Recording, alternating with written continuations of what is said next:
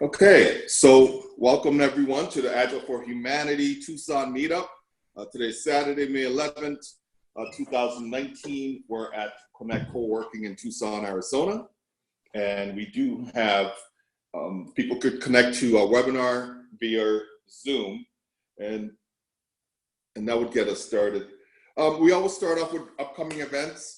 And today, May 11th, we have Richard, our friend, who lives in Boston, who's joining us. We're really happy to have him here. He was here a few months ago, maybe 2 months ago, when we had our conference here when the Agile opened Tucson. We have the Global Scrum Gathering coming in Austin, Texas on May 20th, 22nd. And we have great things happening in the 5 Saturdays realm on June 8th. We kick off 2 space locations in California, one in Costa Mesa and one in Whittier, which is close to Orange. And then the following week, we kick off here in Tucson, Arizona. Also, the big Agile conference that I call it, Agile 2019, that's coming August 5th through the 9th in Washington, D.C. Great places. So you should make some plans to try and get out to those events. And then October 21st, we have a huge conference here, or they call it a festival now, the 10 West Festival. And it's a 10-day event, kind of like South by Southwest. And it's kind of similar to that, but it's just starting. And so we'll have some Agile activities happening there. And so that's going to be lots of fun. We did last year, and this is an opportunity. So if you go up to 10west.com or 10west.org, I forgot which one it is, you should be able to find some information there.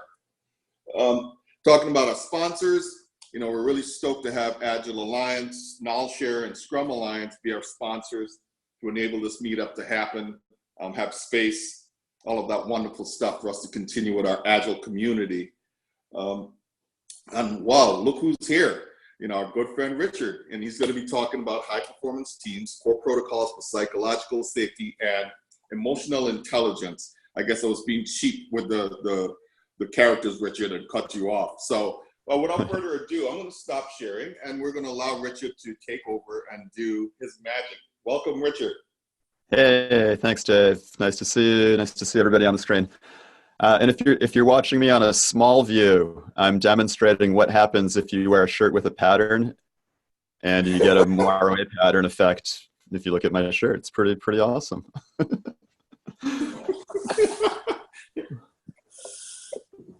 Okay, you can share whenever. Share my screen. Yep.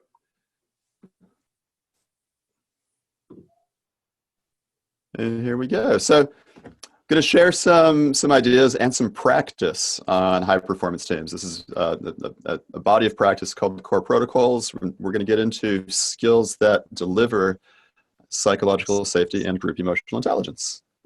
I'm Richard Kasperowski. I'm launching something that I'm called Certified Agile Team Building. It consists of a class, a full day class, like the half day class we did in Tucson a month or 2 ago, high performance team building. It also includes Agile Foundations, Agile Product Owner skills, and Agile Technical skills. It's a 5-day program. Each one of these classes is 1 to 2 days long. We've got lots of contact info here. Everybody's invited to ask questions as we go, as well as keep in touch with me afterward. I always start with this. I see some friends on screen.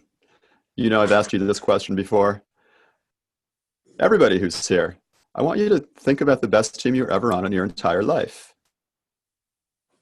And identify that team. It could be like the work team you're on right now. It could be a work team from your past. It could be a school project team. It could be a nonprofit organization that you're part of. A purpose-driven group. It could be a church. It could be a group of friends or your family. Any group of 2 or more people aligned with a common goal. We'll use that as our definition of team. And what's the best one of those you were ever on in your life? And just hold your thought on that. Take yourself back to that team.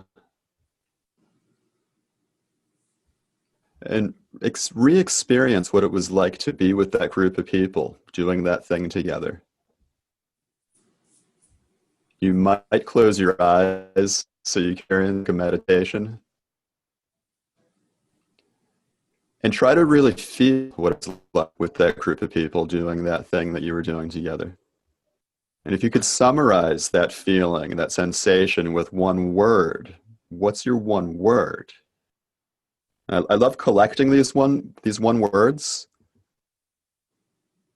So I want you to share the one word with all the rest of us by switching over to your web browser, typing menti.com into the web browser and using this code 225301, 225301, and share your one word with us. What's the one word that describes the sensation of the best team of your life?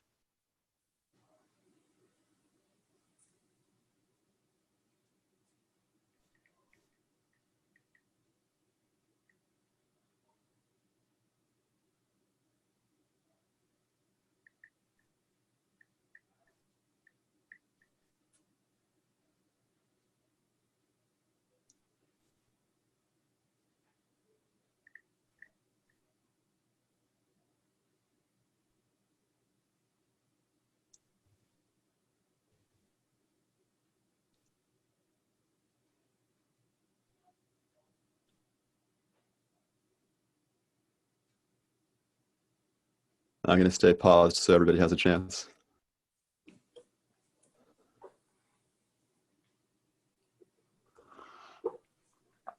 So with our small group, we've got fun, empowering, harmony. These are some of the sensations of being on that best team ever. I ask this question everywhere I go. Here's what other people have said, similar words to what you just said, energy and flow and fun. Everybody always says fun, trust, exhilarating, exciting. Sometimes people type emoji, like a pint of beer or something. It's always trust and joy and fun and safe. And we've all had this experience of the best team of our life. And I've had this experience for sure. Some of the best teams that I've ever been part of. I've often wondered, well, I know we've done things on purpose to get into that state of best team ever. And I've often wondered, it often feels like it was an accident. Like we didn't really know what we were doing and we got lucky. And I've been pursuing how to get into that state again on purpose. So it's not just good luck that you're on a really awesome team, but it's something that you can do on purpose with the team that you're on right now. Whatever that group of two or more people aligned with a common goal that you care about is.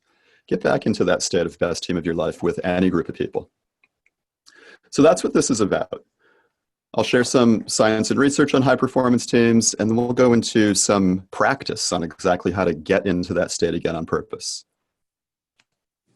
And here we go. So we'll start with some science and research.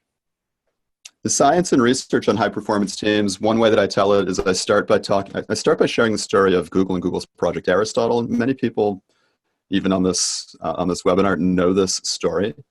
So over the last 6 decades, there's been a ton of research on teams and team performance. And you can look it up in academic journals and in Harvard Business Review and even in popular press. In that 6 decades, different researchers have identified as many as 250 different characteristics that in their research correlate to high performance. Google wanted to figure out which of those things actually correlated to high performance. That's a lot of stuff. You can't tell people to do 250 different things. They wanted to sort of boil it down and figure out what were the 1 or 2 or 3 things that were most important. So they hired the right researchers to be able to reproduce all of this 6 decades of research. They got 200 teams to volunteer to participate. And on these teams, they measured various characteristics, including performance, and all of these things that might correlate to high performance from the literature. And what they found at Google in these teams was that the one thing that mattered the most, the one thing that most correlated to team performance was this thing called psychological safety. So psych safety is really just this sensation in your head that you feel safe together with the group of people that you're with, that they're not going to make fun of you, that you could admit you don't know something and it won't hurt you. And if this is in a work setting, that it won't be held against you later on in the year when they get to performance reviews or something. You won't get penalized for asking somebody for help. And there's some good consequences of this, like people are more likely to stay with that team or with that organization. They're more likely to try out different roles because it's okay to try out different roles. It's okay not to know something. Basically, it's okay to learn.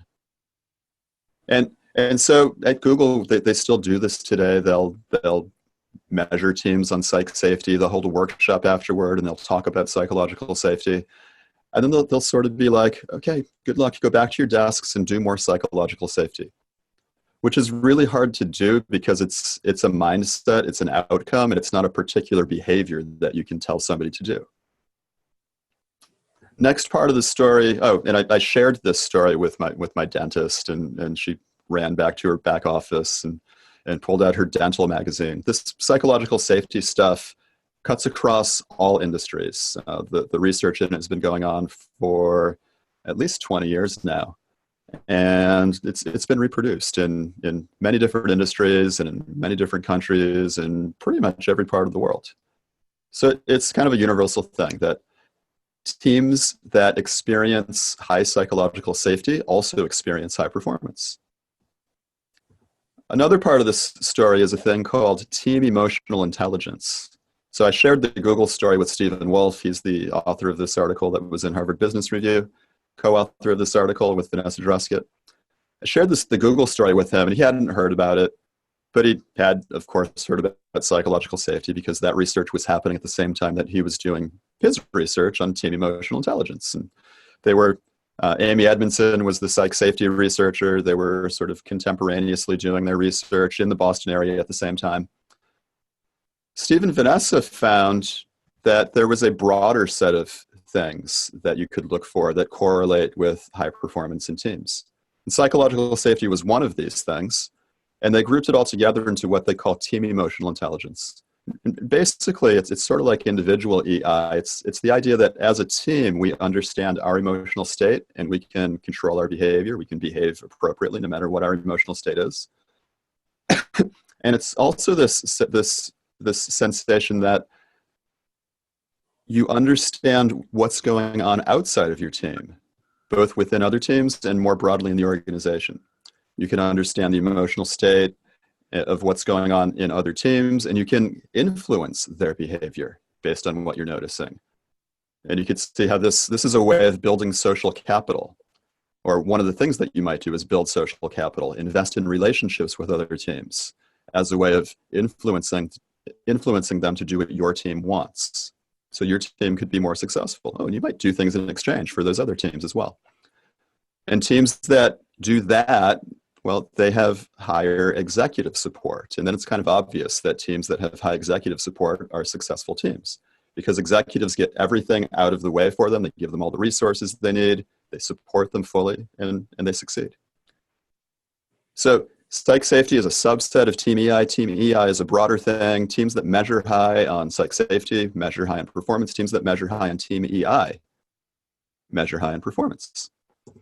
And then there's this other body of work. This is a set of behaviors that you could cull out of watching high-performing teams. So Jim and Michelle McCarthy did this observational research back in the 1990s, the same time as this other academic research. What they did is they watched teams in a laboratory. They invited teams into their lab. They gave them an assignment in 5 days to get it done, and they watched. They just noticed what the behaviors were on the teams. Some of the teams were very successful, some less successful.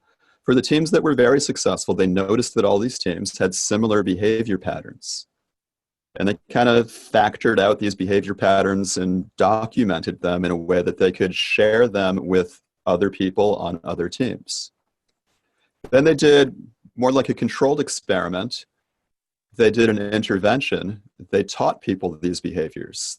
They did that same kind of study. They did this 5-day experiment. They brought people into their lab. They gave them an assignment in 5 days to get it done. And on that first day, they taught them these behaviors that they noticed on other high-performing teams. And every time they did that, those teams were successful. They were pretty sure they were onto something. They started doing this in industry. And other people have done this in industry as well. And every time they do this, those teams are successful. I'm doing some research in collaboration with Steve Wolf, the Team EI guy. And we're connecting these behavior patterns to core protocol, to high performance teams. Steve and I noticed that these behavior patterns yield psychological safety. These behavior patterns yield higher team emotional intelligence. And in the case studies that we've done so far, these behavior patterns yield higher performance. So one concise way to show this story is if you want a high-performing team, if you want high-performing teams, you want psychological safety. The science is really solid. And psych safety is a subset of a broader thing called Team EI. You definitely want that. The science is really solid. And one way to get those things is to behave like other high-performing teams, copy their behavior patterns. That's what this idea of core protocols is. It's copy the behavior patterns of high-performing teams, and you'll probably get one of those yourself. And now we'll start practicing some of these behaviors, not just to talk about them. We'll try them out. Right, so it starts with positive bias, and I arrange this as a stack of building blocks that you can use sort of as just a thinking tool to guide our thinking on high-performance teams. The foundation for high-performance teams is positive bias. And by positive bias, what I mean is non-negativity. We won't automatically say no to each other. We'll keep a positive vibe. No negation is also... No negation is actually the one where we won't automatically say no to each other. Non-negativity is we'll just be conscious of keeping things positive. Pretend is this idea that to learn something new and to try something that's effective, even to hear somebody else's ideas, pretend that something is a good idea for just long enough to try it out and evaluate it for yourself. Maybe even collect your own data on it before you say yes or no, that's a good idea or a bad idea. Pretend that something might be a good idea and try it out for at least a breath before you react to it. As an activity related to this, we often do an activity in groups of 2. Will there be a way for us to do that? I am not. I know what we could do with Bernadine and I. All right. I'll talk about the activity then. I'll just introduce the activity and we'll share the slides. I encourage you to do these activities afterward, maybe with a friend or a colleague. So I'll describe the activities. The positive bias activity that can help you experience what positive bias feels like and how it compares to a negative bias is an improv acting activity that we sometimes call yes, but. And one version of it goes like this. You get a partner and you try to make a concrete plan for dinner tonight, or maybe lunch today, since it's, what is it, like 11 o'clock in Tucson right now. Make a concrete plan for something. And what you do is, there's a catch. In the first iteration of it, the catch is you always have to start your sentences with yes, but. You do it for about 60 seconds and you see what it feels like to try to make a plan for each other. Always yes, butting each other. And so it might go like this. The first person might say, hey, let's get lunch. And the second person might say, yes, but I have to do some yard work around my house. And then get back to the first person who would say, yes, but it'll be a lot more fun to have lunch together, wouldn't it? And back to the second person and say, yes, but it would also be fun if I finished the yard work and my family was happy with me about the yard. And you'd continue yes, butting each other and see if it were even possible to make a plan for lunch. Yeah. The yes and version. Get it? Now I was going to say, sorry for interrupting, but one thing that they can do is that we have chat that's available. Yep. And then we also have the ability for Jorge and Richard to speak with each other by using the microphone on their device. Yeah, so we'll skip the activities because this is sort of running as webinar mode. Yep. And and encourage you to try these out later on with a friend or a colleague. The second iteration of this activity would be the same thing. Try to make a concrete plan for lunch or dinner, whatever it is, but you always yes and each other. So it would be like, hey, let's get lunch today, and it would be yes, and I know a great place in Tucson where we can get tacos. And the first person would say yes, and we'll get the chicken tacos, we'll get the poblano tacos, and we'll get the pernil tacos. And the second person would add on to that, always yes anding each other. And when we debrief on this, people usually report that with the first experience, yes, butting each other, it really felt negative. Like it was really hard to come to a conclusion, really hard to come to agreement with each other. Oftentimes they don't even make a plan. With the yes and, it feels good. And people come up with a plan, and what they end up doing is adding on to each other's ideas. It's not just let's get lunch, sometimes it's and let's get sushi and we'll fly to Tokyo right now and we'll invite everybody who's here with us for this awesome lunch, right? And it just gets better and better. And this is kind of like this is why it's a foundation for a high performing team. And high performing teams, everybody has voice. Everybody's voice is heard. If you yes but somebody a few times, they'll stop sharing good ideas with you. They'll stop sharing any ideas at all. If you yes and each other and pause for at least a breath, at least a moment to consider the idea, and maybe even say yes and add on to their idea, people's voice is heard more clearly. The ideas start coming in and collecting together. And for the kind of work that many of us do, which is creative intellectual work, this is what we're looking for. And this is what leads to high performance, even just saying yes and to each other. So that's the foundation. And on top of that foundation, on high performing teams, we notice that they have freedom, they have autonomy. They get to decide who to work with, they get to decide what to do, what to work on, and they get to decide how to do it together, right? And this is called Agile for Humanity, this series. And a lot of this stuff is built into Agile. And here are some behaviors that we notice on high-performing teams that get you that sort of freedom or autonomy. The first one is called pass. Pass is a behavior that we notice on high-performing teams. What it really means is that anybody can opt out of any activity at any time. You just say, I pass, as one way to do it. And when you do that, nobody asks you why, nobody tries to make you do it anyway, nobody talks about you for having passed. Because if any of that stuff happened, it wouldn't be safe to pass. You would lose out on the psychological safety. And given this behavior of pass, and it's okay to do so, it's safe to pass. So on high-performing teams, people pass. They opt out of things that aren't right for them at the moment. A more extreme version of pass is called check out. Check out is like pass, but you actually leave the team momentarily. Temporarily. You leave the team's space. And you could do so at any time for any reason. You might have something more important to do. You might have to use the bathroom, get a cup of coffee. Maybe you need to talk to your spouse on the phone. Maybe go talk to a customer. Maybe you're just frustrated with what's happening with the team right now, so you check out. It goes like this. You say, I'm checking out, and you physically leave the space. I'll demonstrate. Where's Richard? No questions. That's how you do it in a physical space. In a virtual space like this, a checkout might look like the screen goes dark and the mic gets muted. That might be a way to check out in a virtual space. And the same agreements apply. Nobody talks about you for having checked out. Nobody chases you out of the room, tries to pull you back in. Nobody talks badly of you after you leave, because it wouldn't be safe to check out if that were the case. So these are these two foundations, positive bias and this freedom and autonomy. These are the sort of the cornerstones of high-performing teams. This is what you notice when you watch high-performing teams. We can add on to that. On high-performing teams, people have high self-awareness. They know who they are. They know what they want. They know what's important to them. They know how they're feeling in the moment. They know their emotional state.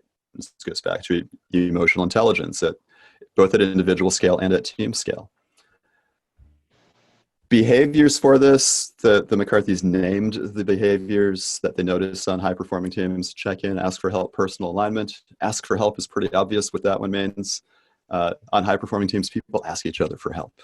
If they don't know something, if they get stuck on something, they don't stay stuck for very long. They go and ask somebody to help them. And there's freedom built into that ask for help. You don't have to help the person who asked. You can opt out of offering the help, or you can give them a different kind of help that you think might be more beneficial. And oftentimes what you notice is people give exactly the help that was requested. I did this the other night. I was looking for help setting up a continuous integration system. I asked a friend to help me. And actually, I figured it out myself just by taking the time to pause and ask my friend to help. That was actually all the help I needed. And then I got rolling again. Just asking for help sometimes is all you need. And adding on to that, sometimes people give you the help and you do the work together. Check in, personal alignment. We'll look at these right now. So try this out as a solo quiet thinking activity. Fill in the blank on this sentence. How do you feel right now?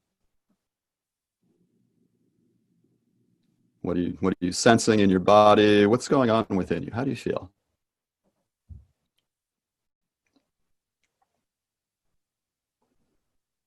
And then we'll add on to this. Second iteration, we'll make it multiple choice. How do you feel right now?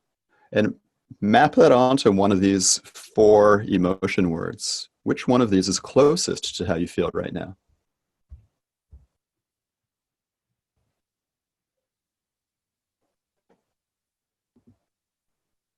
And I want to sort of collect what you're sensing in yourself back to your web browser.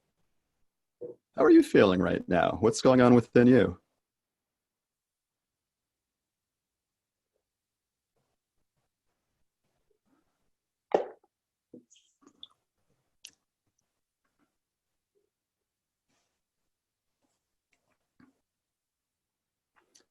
I'm doing that thing where I pause and wait for people to respond.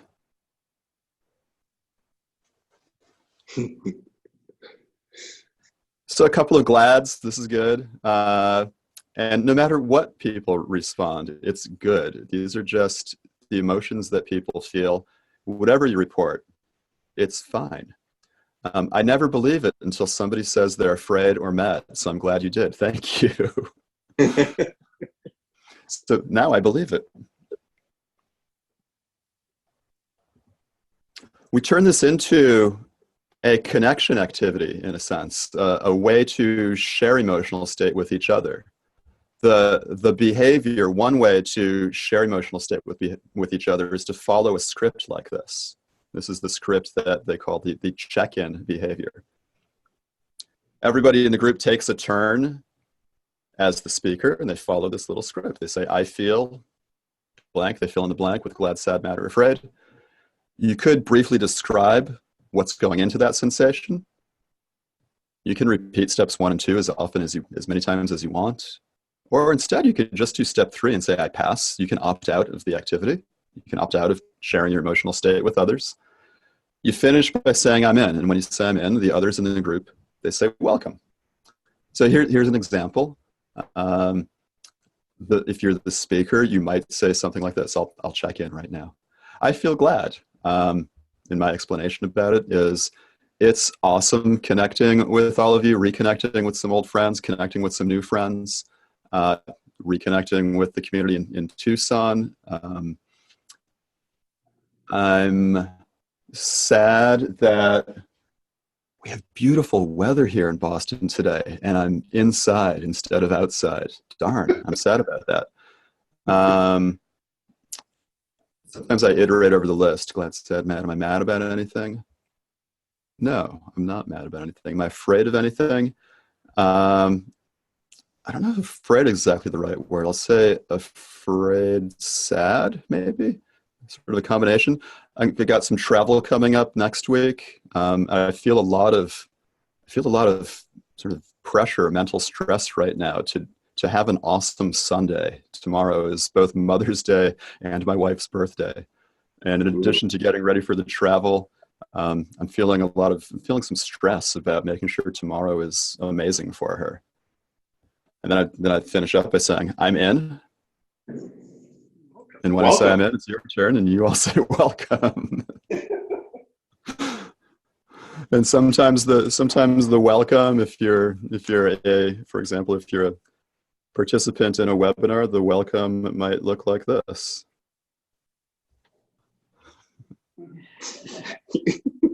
We'll send a chat. And sometimes people do this by typing, do it in a chat window. They say, I feel blah, blah, blah, I'm in, and everybody else types back to them, welcome. And then somebody else takes a turn. So that's an example of the emotion sharing behavior. The title for this emotion sharing behavior is called check-in. It builds personal awareness of emotional state, which is an element of emotional intelligence. And it builds group awareness of emotional state. So the group has higher emotional intelligence together. Hey, I have those cards too. Cool. Good stuff. We add on to this as an activity. I encourage you to try this out with a friend or a colleague who might be interested in trying out this with you, trying this out with you. We add on to that with another self-awareness practice that is observed on high-performing teams. And this starts with fill in the blank. What do you want? And this is a big want. This is more than, I want pork tacos. This is like, what's the most important thing in the world to you? So you'd fill in the blank with that. So pause for a moment. What's your biggest want in the world?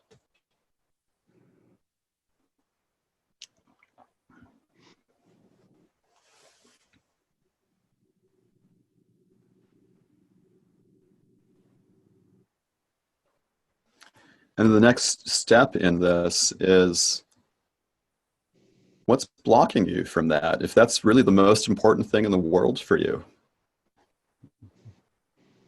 that you want, well, then it's not something that you have.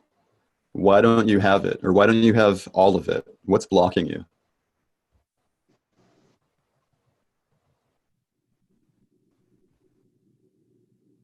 And we'll do this I want again. This time it's multiple choice. Pick from one of these words: self-awareness, integrity, courage, passion, peace, presence, self-care, fun, wisdom, or health. Which one of these, if you became expert at it, if you practiced it every day, would eliminate everything, would give you the ability to eliminate everything that's blocking you from what you want and get you what you want, that big, most important thing in the world? Which one of these, if you totally mastered it, would get everything else out of the way and let you get what you want? So pick one of these. By the way, there's an asterisk next to self-awareness because that's the default answer. If you're not sure what you want, try self-awareness. And we'll call that your personal alignment. We'll hold on to that for a while, but this is the behavior pattern called personal alignment. It's to build a sense of some really fundamental thing, almost like a virtue that you want, and that if you practiced it every day, it would release something important and valuable within you that would allow you to eliminate things that are blocking you. It might even attract others toward you who are offering what you want.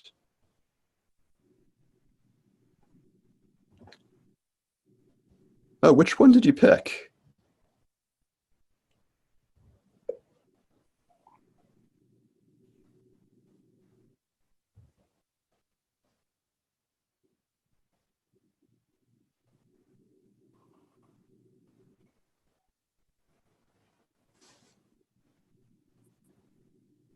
For whichever one you picked, you get to define what it means to you.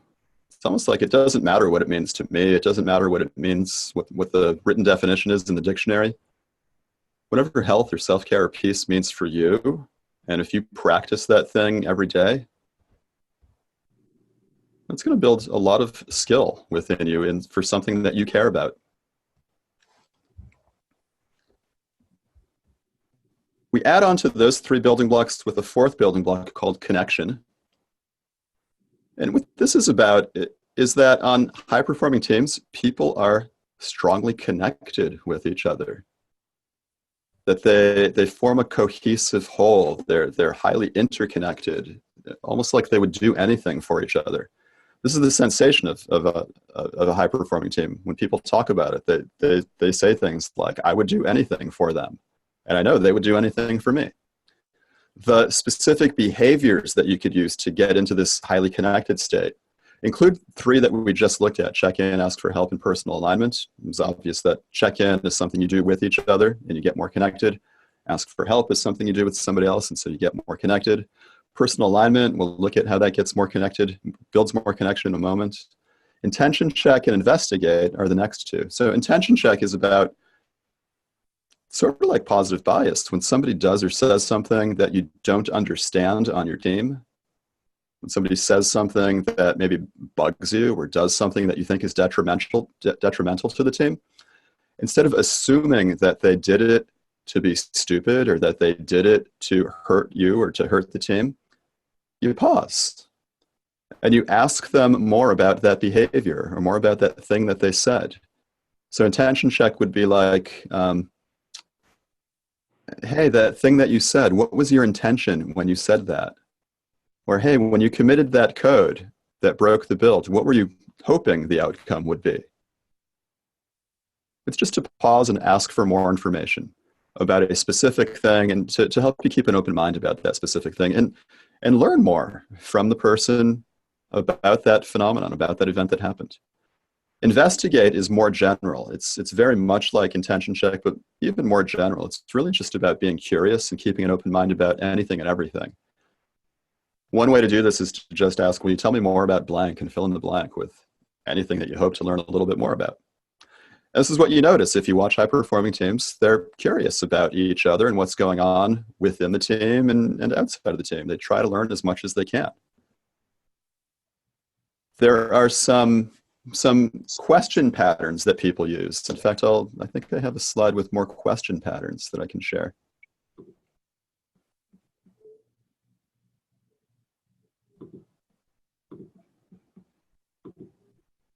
Here's some question patterns. This is where personal alignment could be something that helps connect people more. You could ask questions about personal alignment from each other, like what is your personal alignment, or what is the most important thing in the world to you? Or what does blank mean to you? What does self-care mean to you? Exactly what's blocking you from that biggest, most important thing? What would you do to practice your personal alignment? What would that look like if you practiced self-care every day? Or how would I be able to observe that you've been practicing your personal alignment? Or is there anything else about blank? Some of these questions come from core protocols observations, some from nonviolent communication, some from clean language. There's lots of different bodies of practice of asking good questions and keeping an open mind and expressing curiosity and learning more about each other and really about interconnecting more strongly. Some of the best questions are, is there anything else about blank? And what would you like to have happen? So the questions you could try, you could do that personal alignment activity with a friend. You could ask questions about it with each other and make sure you picked the right personal alignment. Make sure you've got a way to practice it every day.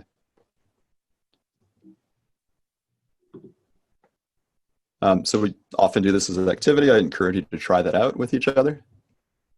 And what happens, what I notice that happens whenever I do this series of activities with other people, I really do encourage you to try this series of activities with somebody. When I do this series of activities with other people, I feel a physical sensation right around here in my body, right around my, I don't know, it's that solar plexus area, just below that. And that sensation, whenever that happens, that's the sensation that I talk about as love. And so really what's going on is if you watch high performance teams, what you notice is that it's like they love each other. It's like they really care about each other. If you watch them through a one-way glass, sort of like in a lab, maybe sort of like in a user experience lab, if you could watch a high-performing team working together in a lab like that, it would look like they care about each other really deeply. They're helping each other. They're sharing things with each other. I had an experience like this teaching a class the other day. We did a bunch of pair programming at a table with each other, and somebody would come up with an idea and share it with everybody else. Somebody else had an idea and share it with the whole group. And it was like we cared about each other and each other's accelerated learning. If love isn't a word you typically use at work, you could call it friendship instead. Same thing. This is what I mean when I say love. It's this high quality, very intense friendship. And that's the experience of being on a high performing team. These behaviors that we looked at are behaviors that can get you there. So some of the behaviors we've looked at so far include this positive bias idea, just taking whatever you're doing and doing it in a positive way, not cutting each other down. And if you think about the best teams or the best relationships you've ever been in, you have freedom. You got to decide who to be on that team with or who to be in that relationship with. There was no coercion involved. It was all because you wanted to, not because anybody made you. And on the best teams or in the best relationships in your life, certainly in my life, we share how we're feeling with each other. That's this check-in behavior, sharing emotional state. And nobody judges you for how you're feeling. Nobody tries to fix it because there's nothing to fix. It's just your emotional state. It's just how you are at the moment. And then this personal alignment thing.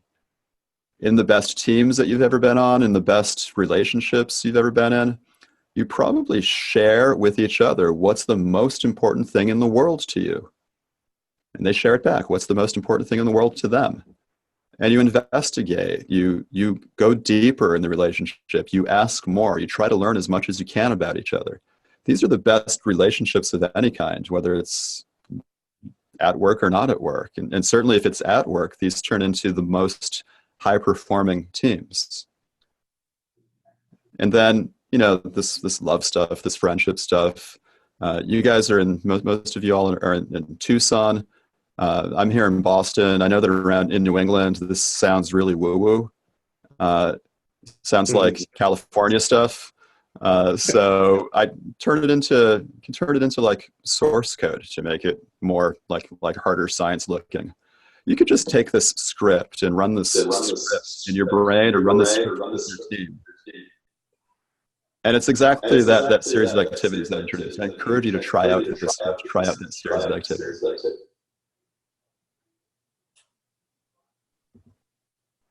We'll add on with a fifth layer on this building block stack. There's somebody with the mic unmute. You mute your mic. I hear an echo of myself. On high-performing teams, we do some other behaviors related to activities. Now that you've got this group of people connected together very intensely. Well, if we're talking about work teams and high-performance work teams, then we're going to get to work. We're going to do some awesome things together. One thing that we notice in really high-performing work teams is they have effective ways to make decisions with each other that they execute, they act on those decisions, and they have effective ways to resolve conflict. That's what decider and resolution are like. That's what these decider resolution patterns are. And they also have ways to ask for feedback and receive that feedback in a super constructive way. That's what perfection gains. We're not going to go deep into these activities. I just want to introduce them to you. You can look them up. All this stuff is available for free. Before we close this webinar, before we close this session, I'll make sure you know where to look for all these behaviors. The final layer of this stack is, I call it error handling. McCarthy's called it the particular behavior protocol check. What it really means is that on high-performing teams, when people make agreements with each other, if the team veers off track from those agreements, we're supposed to tell each other so, and it's totally okay to say so. Like whatever one of your team agreements is. If you're not doing it, if you forgot about it, it's okay to remind yourselves that you have this team agreement and go back to it. An example might be, example might be like a checkout. Like somebody checked out and somebody else chased them out of the room to try to ask what's going on and pull them back in. Somebody might say protocol check. When somebody checks out, we let them check out. It's totally okay. And that could get the team back on track on that agreement if that's one of your team agreements. I want to start wrapping up by asking, what will you do? And just have you pause for a moment and think about this set of behaviors, the science and research I introduced at the beginning. Is there anything here that you could take into your team or into a group of people that you care about?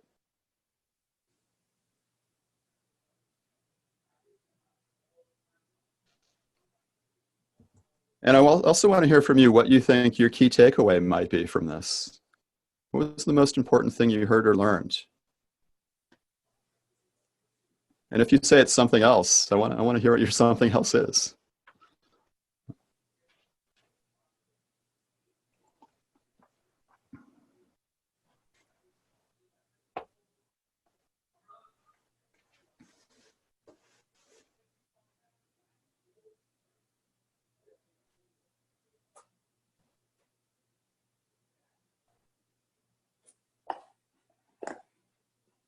So a couple ideas here. There is science and research on high performance teams. And if you want to have a high performance team, you can go to that science and research. Team emotional intelligence is a way to raise psych safety. These things are related to each other. Psych safety is a component of team emotional intelligence. And friendship. I called it love. This is totally congruent with high performance. If you look at high performing teams, they're going to look like a group of friends. Maybe when you go back to when you think back to one of your best team experiences, what you're thinking of is we were a group of friends, and it was awesome working together. I couldn't wait to get there every day.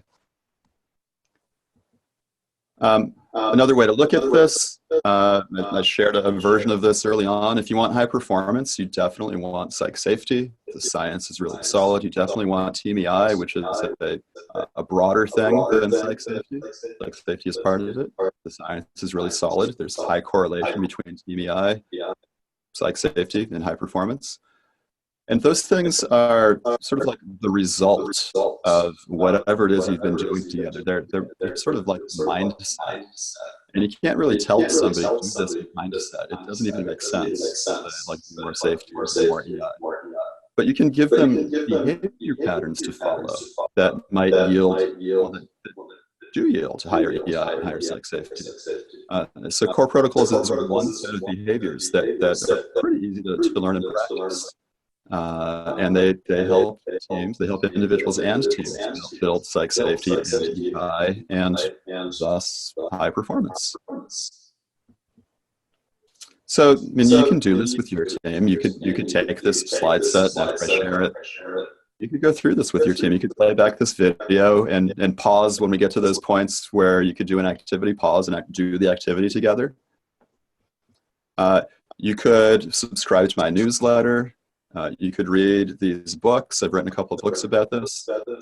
The one on the right is available as a free download. The ebook is available as a free download on my website. So you can just get that book for free. The coreprotocols.org is a website where all of this stuff is available for free. Right, so you don't have to pay anybody to get these behaviors, to practice these skills. You can just look at the website, get all the details about the behavior patterns, and try them out. You can ask me for help anytime. I run classes on this. Like I said, when we got started, I care about awesome teams and awesome people and people and teams being the best they can be. So you could check out my upcoming public classes. Like we did a half-day version of this class in Tucson a couple months ago. And also at Harvard Summer School coming up for 3 weeks this summer, I'm running a course called Agile Software Development, which is all the sort of social skills and project management parts of Agile and all the technical parts of Agile. And you're invited to join me at any of these classes or invite me to come to you. And we'll run a class for your group, your people who care about the most. And I've got a podcast. This is my website. Get the info on the podcast. I typically interview people and ask them about their best team experience.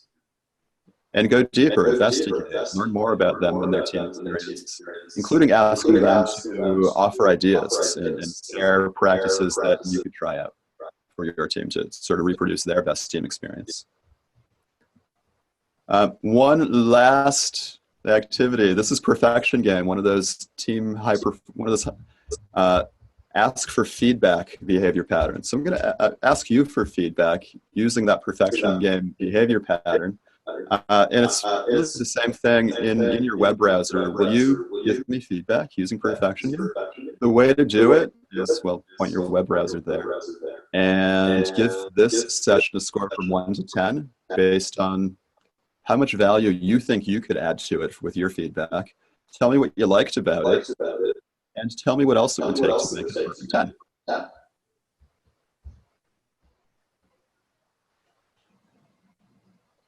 And I'll pause for a moment.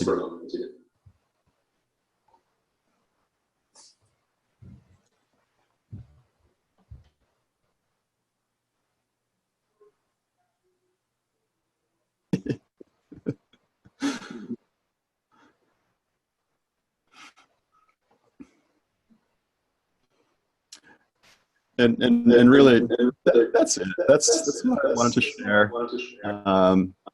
I hope that had some value.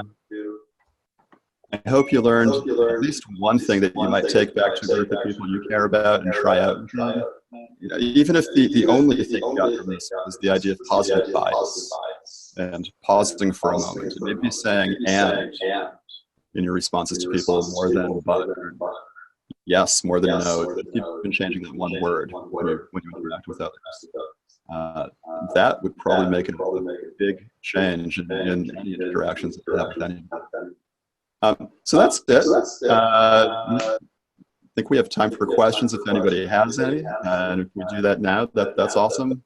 Also, keep in touch with me in the future. You got my contact info. You can ask me for help in the future. I'll stop sharing the screen.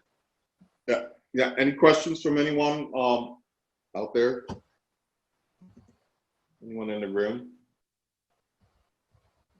Yeah, you have a question? I'll switch to grid view so I can see you all at the same time. Yeah. And we have any questions or anything to add? I have some questions. All right. You want to go, Bernadine? Do you have any questions? Well, thinking about it. Still thinking about it? Hey, so how would we use core protocols or even try to build high-performing teams for high school students? That's my passion. That's what I'm getting ready to walk into. Something that we share in common. So I wanted to see, what would that look like? Yeah. For groups of high school students, I'm gonna mute while I talk so I don't hear the echo. Mute the speaker while I talk so I don't hear the echo. With high school students, they're people. This stuff works with people, whether they're high school students, little kids, older adults. It's all the same. People are people. We all experience emotion. We all feel better and do better when we're not forced or coerced to do things, when it's our choice to do things, right? So, maybe a program like the one you run, Dave, the kids are there because they want to be there, not because somebody made them do it, as far as I know. Yeah. I run a coder dojo. I help run a coder dojo for kids here in Boston, and same thing. All the kids are there because they want to be there, not because somebody told them they had to. We take these behavior patterns and sum them up into one sentence at the coder dojo. It's just be cool. And there's a lot that could go into be cool. It's like, you don't hurt each other physically or psychologically. If you have to go out of the room and go to the bathroom, you do. You don't have to ask for permission. Take care of yourself. If somebody tells you how they're feeling, that's cool. You don't make fun of them or anything. All these behaviors apply, and you could teach them explicitly, sort of like I just did, and invite people to practice them with you. High school kids, younger kids, and adults. I have more of a comment than a question because I was fortunate to do the half day in Tucson, and I went home immediately and did my commute, and it was profound, right? So it was yeah, sure. I'm talking too soft. It's profoundly easy. It may take a little courage to throw one in, but every time I do, the results are phenomenal. So with my family, in fact, that's the good reminder. We're in a little stressed, a little busy. It's time to check in and make sure we're all on the same. I take it into work and just introduce it small and groups that are not even mine really to run, but it was another one, Richard, you shared with me about the meeting just asking everybody what they want to get out of something. It's asking for inputs. It's astounding to watch our human reaction to it. So I encourage everybody to practice it and be brave. It takes a little bit, right? Because it's not always done. In a good Agile team, yes, but we don't find that everywhere. So be brave and try it. It's amazing what you see happen. Yeah, wow, thanks for sharing. And be brave. That's a good idea. It's amazing.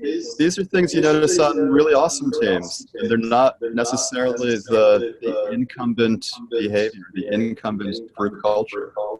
Right? So it takes bravery to do something that's different from your group's norm.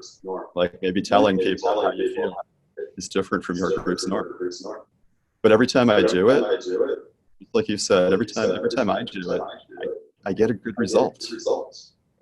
Yeah, absolutely. And I did the one, what do you expect to get out of a meeting with 4 different working groups?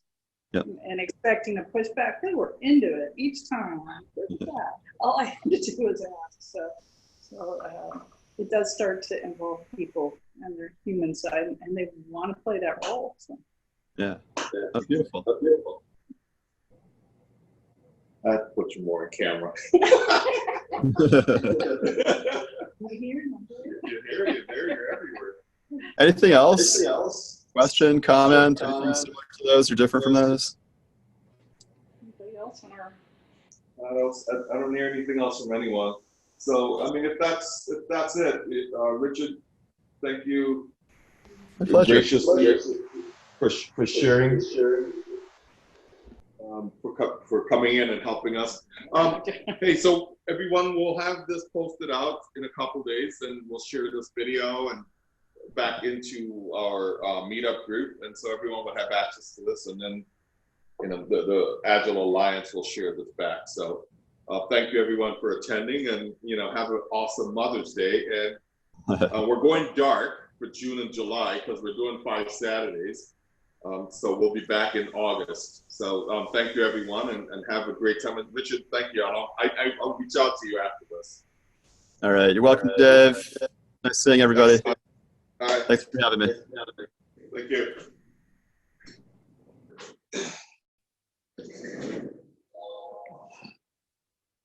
Okay. Stop. Psychedelic feelings I can't please myself. Changes in my visions running wild in my head.